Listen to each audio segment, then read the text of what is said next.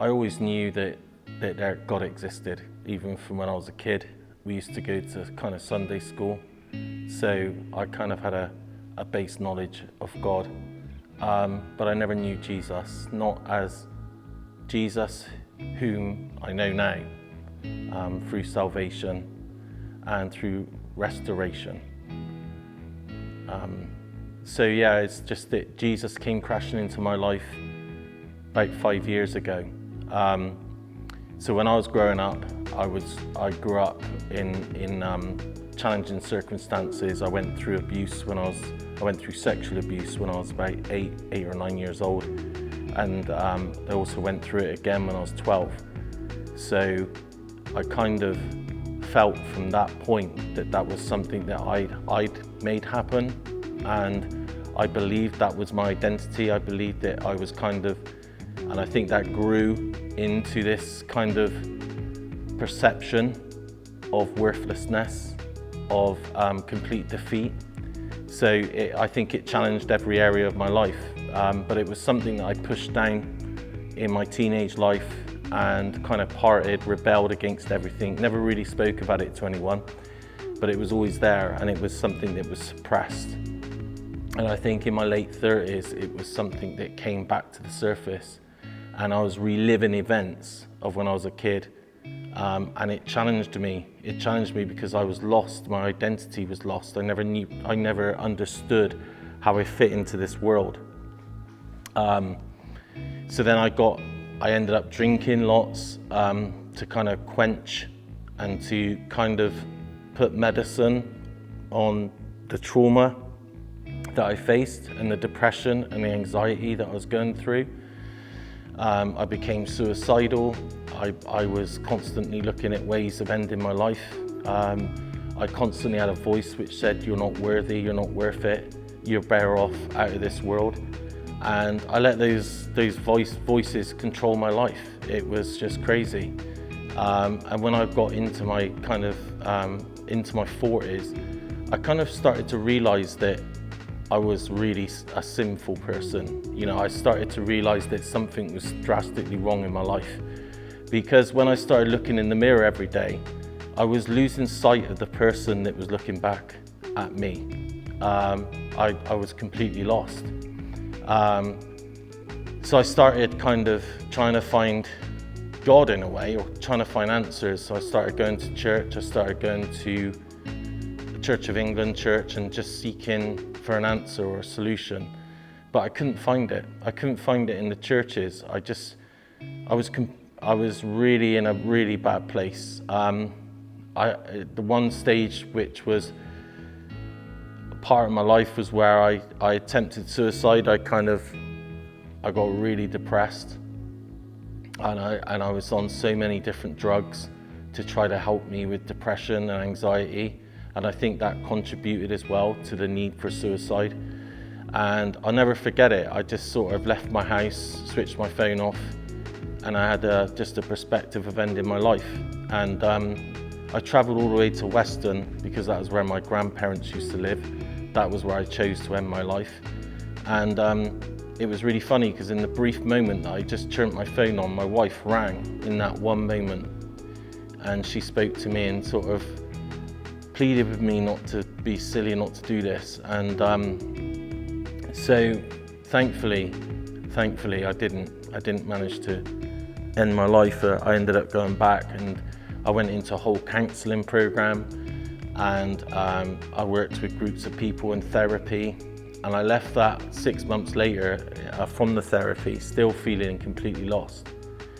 And then it happened that one night I went asleep, as you know, and I had a dream. And I had this dream that I was stood near a beach in Weston, and everyone lifted off of the ground around me. I lifted off of the ground, and everyone moved towards this derelict building. It was so bizarre. And I'm in this derelict building, and I could see this huge crack in a wall, and I just felt led. I don't know why, I just felt led to go over to this crack that was in this wall. And as I got there, it opened up, and it was kind of like it looked like a tunnel where you slide coffins, and I kind of floated into it, as bizarre as it is.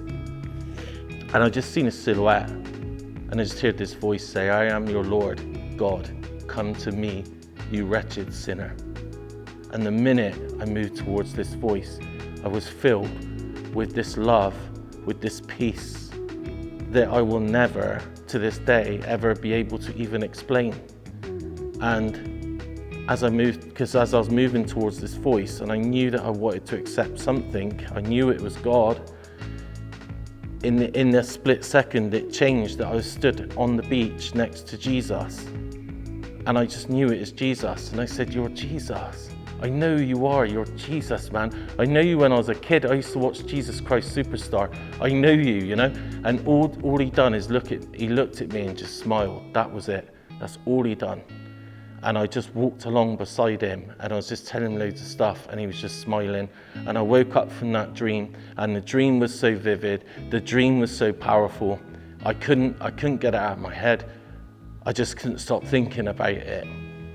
And I knew that Jesus was calling me. I knew that God was calling me.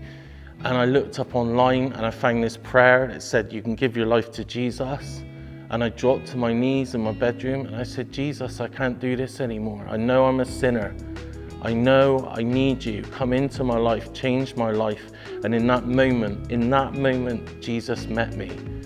And everything in my life started changing from that point. And it was really crazy, actually, because all of a sudden, I felt this peace.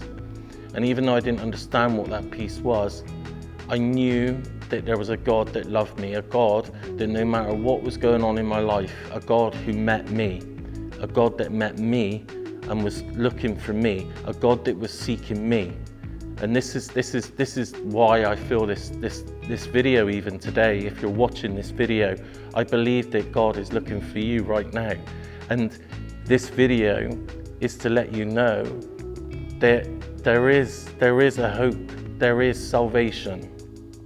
And I want to just share the story. Basically, I started reading the Bible. I knew I had to get a Bible. I knew that's what Christians done, so I kind of bought a Bible. And then I just started reading, and it was like the words were coming out of the pages at me. It was like something had completely shifted, because I know I tried to look at the Bible. I tried to look at the Bible before, but it never really made any sense. But it was like something had shifted. So my wife, she thought I went crazy. I think she found it a real challenge, because I started talking about Jesus and those things. And so it was very hard to navigate that around my family life.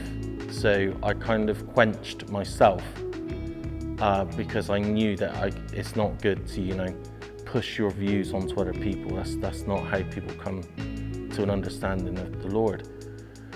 But this is how amazing and incredible Jesus is, because Jesus met my wife where she was at, because she started asking questions herself to the Lord. She started saying, well, I don't understand how is it you died on the cross for my sins? And she just started asking these questions, and she came to an understanding of God, and she opened herself up to a relationship with Jesus. And for my wife and I, everything in our life started to change.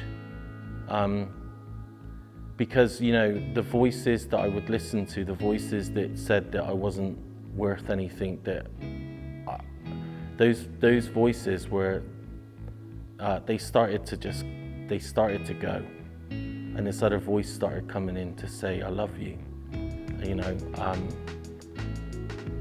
and it was just incredible. And I want to encourage you today that life is pretty tough out there. Life is really tough, but there is a hope, there is a solution, and it's Jesus. And I believe it's no mistake that you're watching this video right now, and I feel that the Lord is calling out to you right now. He's seeking you, and he says that you are so worthy. You are, because you know what? If God can save a wretched sinner like me, then God can save absolutely anyone. And I have nothing to give Jesus. I have nothing to give Jesus even now. But that's enough for him, because we are his creation. We were created and molded and in God's hands. And we're created, all of us, every one of us, for a purpose. And it's never too late. It's just never too late to come to Jesus, to find Jesus, to ask Jesus into your heart. And he will reveal to you how much he loves you. He will reveal to you the plans and purposes for your life. And, you know, from that point, really, everything changed. The drinking, it stopped. It just stopped. Where I struggled to give up drink before, and I couldn't do it, I brought it before Jesus and I laid it at his feet. And for some reason, beyond my understanding, I didn't have a need for drink anymore. I stopped smoking, I stopped swearing, I started listening to worship music. Everything of the world just started to slip away. And it's not about becoming a good Christian. That's not what Christianity is. It's about coming to understand God. And then God writes his story through you. God will remove the elements in your life that are a struggle, and he will give you the stability you need to get through. It's kind of like having this thing that you can't understand, holding you and leading you and bringing you through situations you would never, ever be able to get through on your own. So yeah, I want to speak, I just want to share this video to say that there's real freedom out there. But the only freedom that I've ever got in my life is through a relationship with Jesus. No matter how much I tried to clean my life up before, no matter how much I tried to understand what I went through, the trauma that I went through as a child, the hurt that I went through, and all those things, no matter how much I tried to go through all of the support mechanisms that this world has to offer, at the end of it, there was nothing. I was still empty, because there was something missing in my life. And I never understood what that was until I met Jesus. And not only that, when I met Jesus, Jesus gave me the understanding of how to love others and to let go of trying to love myself or trying to understand that I need to do something to earn love, because we don't earn love. Love comes from God. God is the author of love.